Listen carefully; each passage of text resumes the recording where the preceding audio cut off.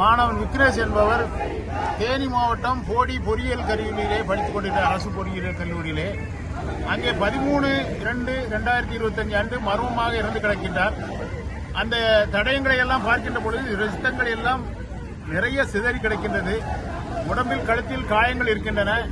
ஆனால் கல்லூரி நிர்வாகமும் காவல்துறையும் உரிய நடவடிக்கை எடுக்காமல் அந்த மாணவருக்கு காக்காவரிப்பு இருக்கிறது, அவருக்கு தற்கொலை செய்திருக்கலாம் என்று பல்வேறு வகையிலே இந்த வழக்கை விசித்திருப்பதற்காக ஒரு கொலை வழக்கை முறைமாற்றம் செய்வதற்கான பணியிலே காவல்துறையும் கல்லூரி நிர்வாகமும் தமிழக அரசும் இணைந்து இதை செயல்பட்டுக் கொண்டிருக்கிறது. ஒரு கல்லூரியிலே படித்துக் கொண்டிருக்கின்ற ஒரு மாணவனுக்கு ஒரு அரசு ஹாஸ்டலில் தங்கியிருக்கின்ற ஒரு மாணவருக்கு பாதுகாப்பற்ற நிலையிலே இன்றைதான் தமிழக அரசு இருக்கின்றது. இதற்காக அவர்கள் குடும்பத்தினர் எங்களை தொடர்பு கொண்டார்கள்.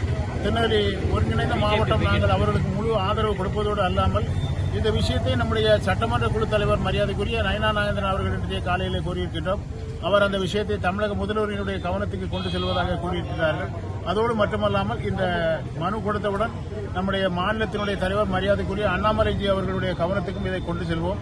அவர்கள் எடுக்கின்ற போராட்டத்திற்கு பாரதிய ஜனதா கட்சி ஒட்டுமொத்தமாக முழு ஆதரவை கொடுப்பதோடு அல்லாமல் அந்த மாணவன் விக்னேஷனுடைய மரணத்திற்கு நீதி கிடைக்கும் வரை பாரதிய ஜனதா கட்சியும் அவர்களோடு இணைந்து போராடும் என்று இந்த நேரத்திலே தெரிவித்துக் கொள்கிறேன். எஸ்பி தமிழ்ச்செல்வன், திருநெல்வேலி மாவட்ட தெற்கு மாவட்ட தலைவர், முத்துப்பொலிவசம் திருநெல்வேலி வடக்கு மாவட்ட தலைவர் மற்றும் நீலமுரளி யாதவ் மாவட்ட பார்வையாளர்.